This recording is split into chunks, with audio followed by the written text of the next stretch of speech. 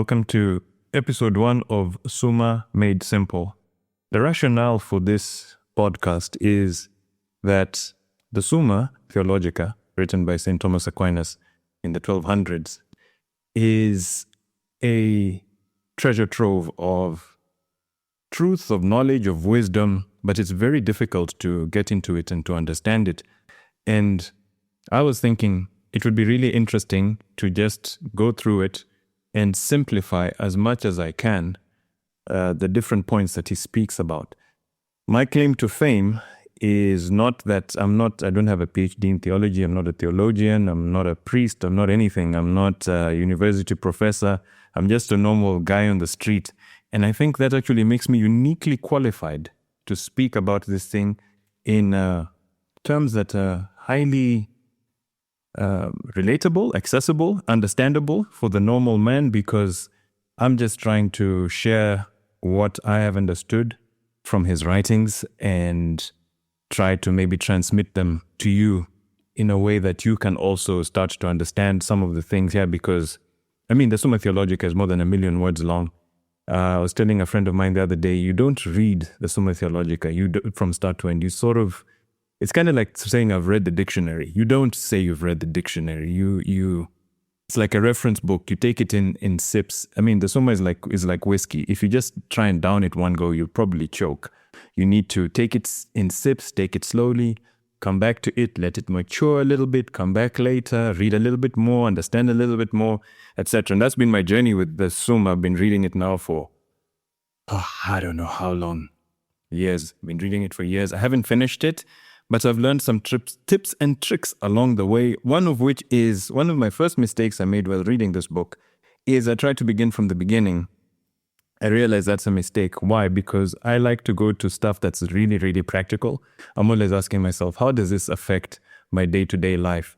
And the early chapters of the Summa, the first part of it, has a lot to do with like angels and hierarchies of angels and what they can do and what they can't do. And maybe I'm wrong. Maybe a theologian who's listening to this will critique me and say, Fidel, you are an idiot. You have no idea how this stuff affects your daily life. But for the life of me, I couldn't figure it out. And so I just jumped forward and skipped to what I found to be the most practical section, which is the treatise on the virtues. So I wanted to jump straight into that, the treatise on the virtues, and specifically to move to fortitude. Why fortitude? Because that's what I landed on first. Maybe that's because that's what I need I need the most right now. When you're starting a podcast, there's always thoughts of who on earth is going to listen to this? Will it get any streams? Will anyone comment? Will anyone really care? Will it be like a tree falling in the forest that no one hears? So did it really fall? Is it worth all the effort? Am I going to be able to sustain this thing? Oh gosh, let me not do it. And you see, because it's a difficult task, I've got all these emotions which sort of come up, they spring up and say, don't do it because of this. You won't be able to sustain. No one is going to listen to it. It's going to be a failure. You'll run out of ideas. You'll run out of time. You'll run out of enthusiasm. You'll run out of interest. You'll run out of energy. There's a whole list of reasons to not do it. All sorts of difficulties saying, don't do it, don't do it, don't do it. And in the face of that, all those emotions that have to do with, when one's facing a difficulty, the virtue that is called for is fortitude. And maybe that's why I've started with fortitude. I think a synonym for fortitude, which is perhaps more let's call it contemporary, that the man on the street can understand. Because you don't hear people going around saying, you need fortitude. You know what you need? You need a solid dose of fortitude.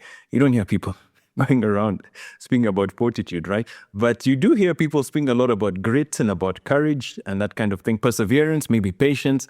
All these are terms which fortitude encompasses. They're not exactly fortitude, but you could say they're parts of fortitude, very important parts of fortitude. So, fortitude. Now, the thing I love about Aquinas is, number one, his method, because he starts always by asking a question. And then he goes on to answer that question.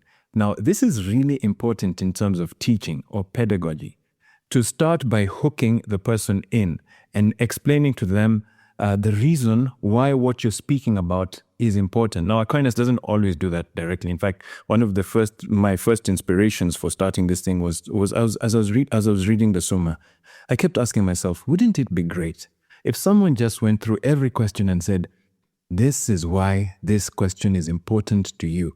This is why this question is important to you. Because some of the questions, you read them and you're like, hey, man, why should this matter to anyone? Why should this matter to the man on the street? Like, this topic, like, why? Anyway, so going to the question on fortitude, the first question about fortitude is whether fortitude is a virtue.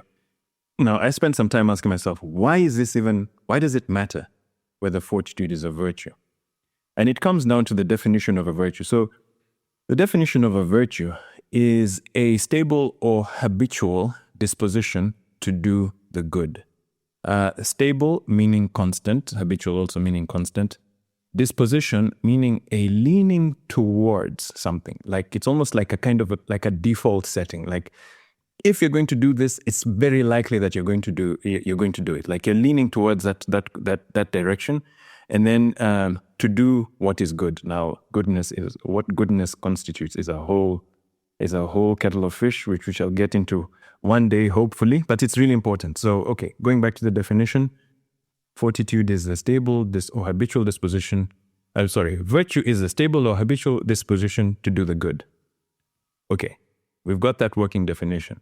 So he asks whether fortitude is a virtue. Whether fortitude is a habitual disposition to do the good. Why is this even an important question? Well, if you flip it around and ask yourself, what if fortitude is not a virtue? Because one of the things Aquinas does in his method in the Summa is he starts by unpacking objections. Objection 1, it seems that fortitude is not a virtue.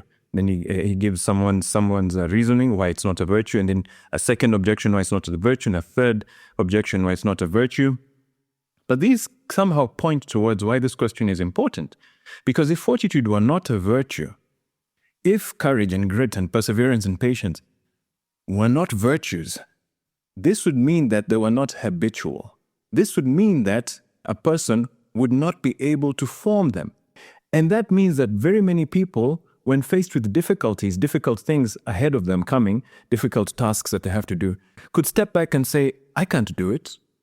And not only can I not do it, but I cannot even get myself to a position where I can do these things repeatedly, because it's not a virtue. It's not a habit. It cannot be formed. You see, habits are things which we always form. No one is born with, X amount of habits and dies with X amount of habits.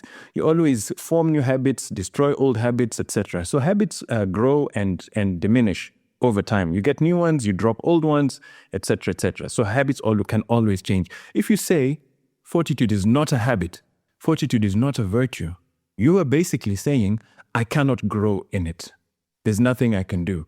And that situates you very firmly in a comfort zone. So you can be like, no, I can't do this. It's too hard. I mean, it reminds me of the words of Saint Josemaria Escrivá in a book called The Way, where he says, don't say it's my character, it's your lack of character. And then he uses a Spanish quote. He says, esto vir, be a man. Interesting that the Spanish word for man is vir, from which comes the word fortitude. Virtue, not fortitude. I'm mixing up my terms here. Forgive me. From which comes the word virtue, manliness. Anyway, point is, this is why this question is important, whether fortitude is a virtue. If you say fortitude is not a virtue, it means you've given yourself a free ticket to not have to try, to develop it, to not try to make an effort. And this is, I would argue, is why all the articles about the different virtues always starts by asking whether it's a virtue or not. Because if you say it's not a virtue, it means, hey, I'm off the hook, man. I can't do it. It's my character. It's just the way I'm designed. There's nothing I can do about it. So going back to the article where he asks whether fortitude is a virtue or not, and then he now explains why it is a virtue. You see, Aquinas has this incredible ability to drop gems as sidebars. When he's explaining something, he'll give context to his explanation.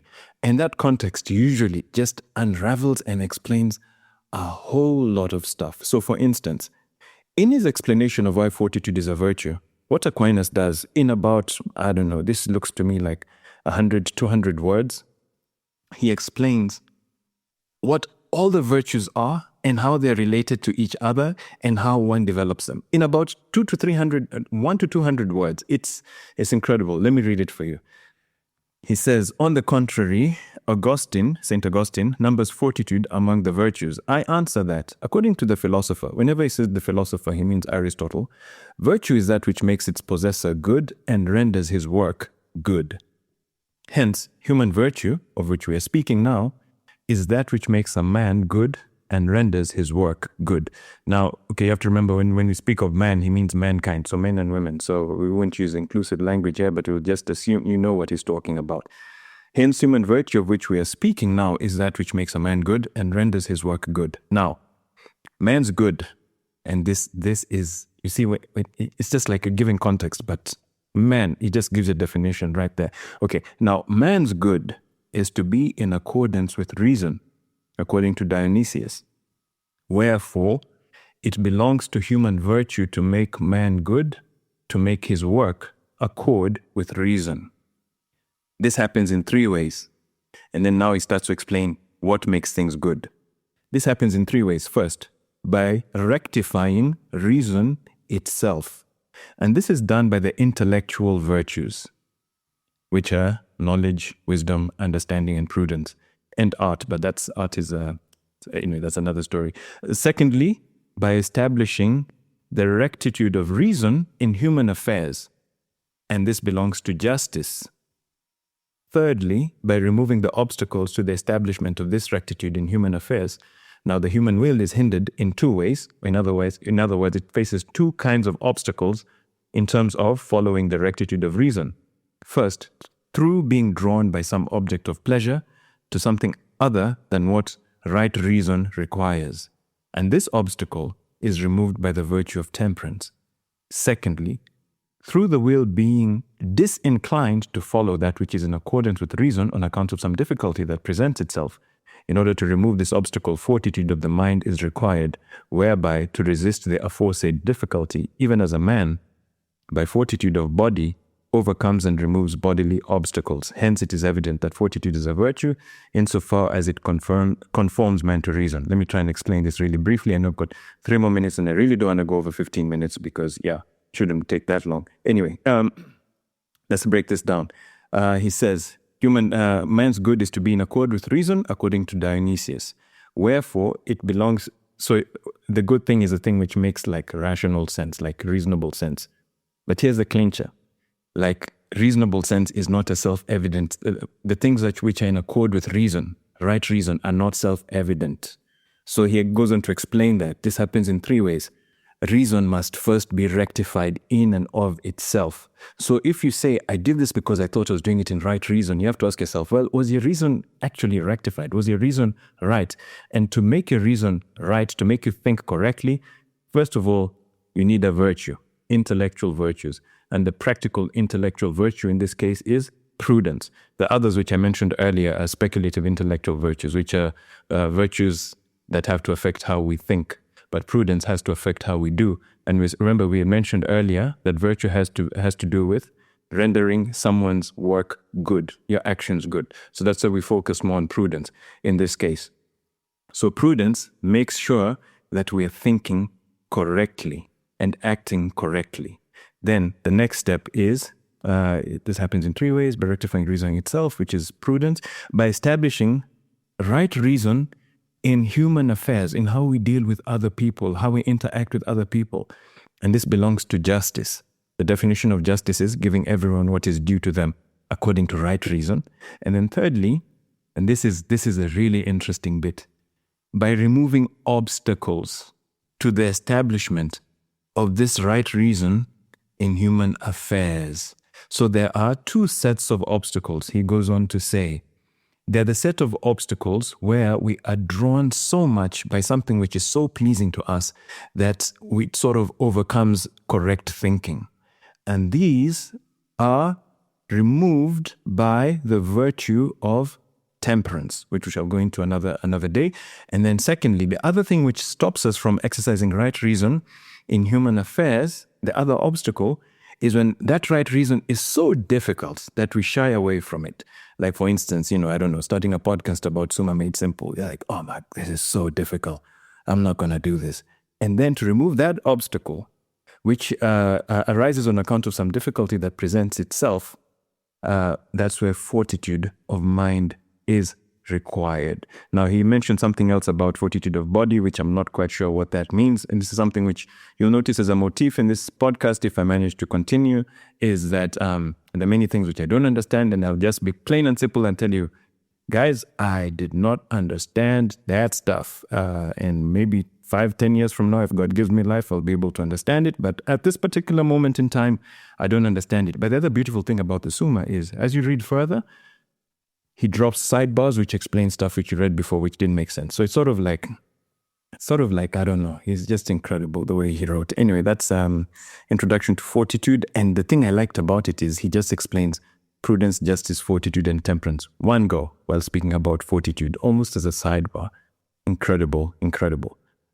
What next? We shall move on with our discussions of other questions to do with fortitude in our next episodes.